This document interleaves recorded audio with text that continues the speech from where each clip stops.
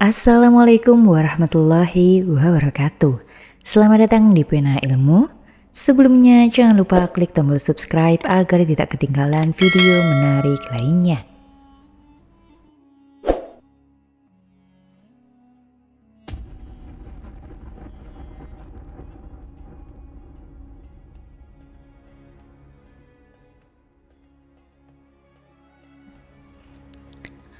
Peradaban manusia telah mengalami berbagai fase perkembangan sejak zaman kuno.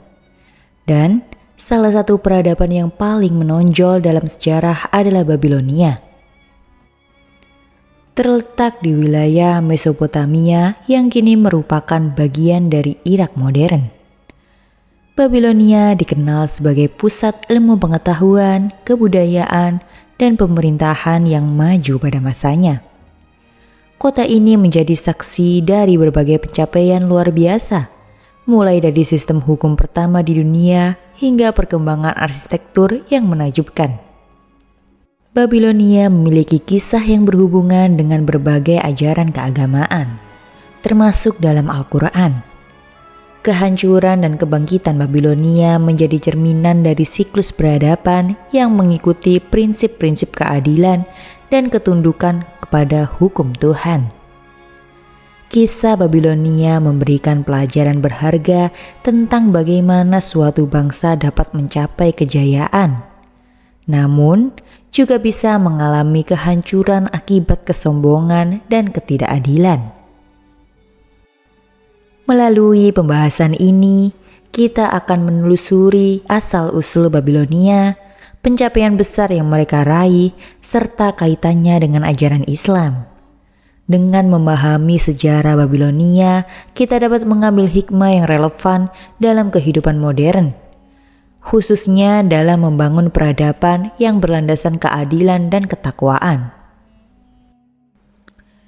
Babilonia berakar dari peradaban Sumeria dan Akkadia yang lebih dulu berkembang di wilayah Mesopotamia. Kota Babylon pertama kali berkembang menjadi pusat penting sekitar abad ke-19 sebelum Masehi. Awalnya, kota ini hanya sebuah pemukiman kecil di tepi sungai Eufrat. Tetapi dengan kemajuan dalam pertanian dan perdagangan, Babilonia tumbuh menjadi salah satu kota paling makmur di dunia kuno. Puncak awal kejayaan Babilonia terjadi pada masa pemerintahan Raja Hammurabi di tahun 1792 sampai 1750 sebelum Masehi. Hammurabi adalah pemimpin yang dikenal sebagai seorang negarawan ulung dan pencetus salah satu sistem hukum tertulis pertama dalam sejarah, yang dikenal sebagai Kode Hammurabi. Dengan hukum yang tertulis ini, ia berhasil menciptakan tatanan sosial yang lebih stabil di wilayah kekuasaannya. Di bawah kepemimpinan Hammurabi, Babilonia menjadi kerajaan yang kuat dengan sistem administrasi yang terorganisir dengan baik. Hammurabi juga memperluas wilayah kekuasaannya dengan menaklukkan kota-kota lain di Mesopotamia, sehingga Babilonia menjadi pusat kekuasaan yang dominan di kawasan tersebut. Ia membangun infrastruktur, saluran irigasi, serta kuil-kuil besar yang menjadikan Babilonia sebagai pusat ekonomi, budaya, dan keagamaan. Selain aspek politik dan hukum, Babilonia juga berkembang pesat dalam bidang ilmu pengetahuan. Ilmuwan Babilonia mengembangkan sistem kalender berbasis pergerakan bulan dan perhitungan matematis yang menjadi dasar dalam berbagai peradaban selanjutnya. Mereka juga memiliki sistem administrasi yang maju, memungkinkan perkembangan ekonomi yang pesat melalui perdagangan dengan wilayah-wilayah sekitar. Namun, setelah kematian Hammurabi, Babilonia mengalami kemunduran akibat konflik internal dan serangan dari bangsa asing. Kerajaan ini sempat berada di bawah kekuasaan bangsa Kasid dan Asyur, sebelum akhirnya bangkit kembali pada era kejayaan kedua di bawah kepemimpinan Nebukadnezar II. Meskipun mengalami jatuh bangun, warisan awal kejayaan Babilonia tetap menjadi inspirasi bagi banyak peradaban setelahnya. Babilonia disebut dalam Al-Quran terutama dalam surat Al-Baqarah ayat 102 yang membahas kisah dua malaikat, yaitu Harut dan Marut. Dan mereka mengikuti apa yang dibacakan oleh setan-setan pada masa kerajaan Sulaiman. Sulaiman tidak kafir, tetapi setan-setan itulah yang kafir. Mereka mengajarkan sihir kepada manusia dan apa yang diturunkan kepada dua malaikat di negeri Babil atau Babilonia, yaitu Harut dan Marut. Namun, keduanya tidak mengajarkan sesuatu kepada siapapun sebelum mengatakan, "Sesungguhnya kami hanyalah ujian, maka janganlah kamu kafir." Quran Surat Al-Baqarah ayat 102. Dalam ayat ini, Babilonia dikaitkan dengan ilmu sihir yang diajarkan oleh Harut dan Marut sebagai ujian bagi manusia.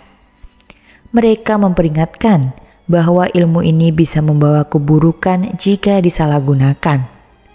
Ini menunjukkan bahwa Babilonia selain dikenal sebagai pusat ilmu pengetahuan dan hukum, juga menjadi tempat penyebaran ajaran yang menyimpang dari kebenaran, yang akhirnya dapat menjerumuskan manusia ke dalam kesesatan.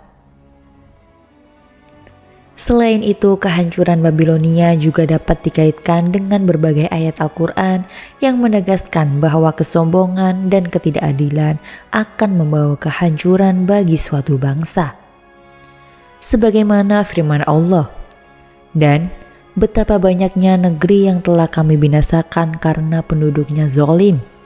Maka kini negeri-negeri itu telah runtuh di atas atapnya. Dan betapa banyak sumur yang telah ditinggalkan serta istana yang tinggi telah kosong." Quran Surat Al-Hajj ayat 45. Ini mencerminkan bahwa kehancuran Babilonia adalah akibat dari ketidakadilan, kesombongan, dan penyimpangan dari kebenaran yang telah dilakukan oleh para pemimpinnya. Pelajaran dari kisah Babilonia dalam Al-Quran adalah bahwa ilmu dan kejayaan tidak akan bertahan jika tidak dibarengi dengan ketakwaan dan keadilan. Kejayaan Babilonia tidak berlangsung selamanya. Pada tahun 539 sebelum Masehi, Kekaisaran Persia di bawah pimpinan Raja Sirus Agung berhasil menaklukkan Babilonia tanpa banyak perlawanan. Penaklukan ini terjadi setelah Persia menggunakan strategi militer yang cerdas dengan mengalihkan aliran sungai Eufrat. Hal ini menyebabkan pasukan Persia dapat memasuki kota tanpa perlu melakukan pertempuran besar. Babilonia yang saat itu diperintah oleh Raja Nabonidus dan putranya tidak memiliki pertahanan yang cukup kuat untuk melawan serangan tersebut. Cyrus menerapkan kebijakan yang lebih toleran terhadap rakyat Babilonia. Salah satu kebijakannya yang terkenal adalah memberikan kebebasan kepada orang-orang Yahudi yang sebelumnya diasingkan di Babilonia untuk kembali ke tanah mereka di Yerusalem. Keputusan ini sesuai dengan dokumen yang dikenal sebagai Silinder Cyrus, yang menggambarkan kebijakan toleransi dan keadilan yang ditetapkan oleh Kekaisaran Persia terhadap wilayah yang ditaklukkan. Setelah jatuh ke tangan Persia, Babilonia kehilangan statusnya sebagai pusat kekaisaran besar. Meskipun tetap menjadi kota penting di bawah pemerintahan Persia dan kemudian Yunani setelah penaklukan oleh Alexander Agung pada 331 sebelum Masehi. Perannya semakin berkurang seiring berjalannya waktu. Ketika Kekaisaran Seleukia memindahkan pusat administratif ke kota Seleukia, Babilonia mulai ditinggalkan dan perlahan-lahan mengalami kemunduran.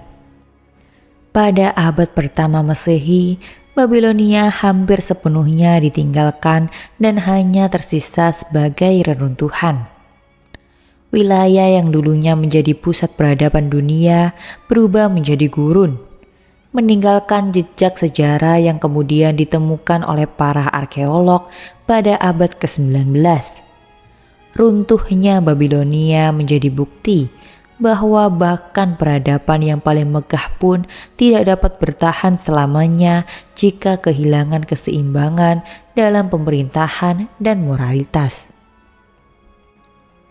Sejarah Babilonia mengajarkan kita bahwa peradaban sebesar apapun dapat mencapai puncak kejayaan, tetapi juga dapat runtuh jika kehilangan keseimbangan moral dan sosial.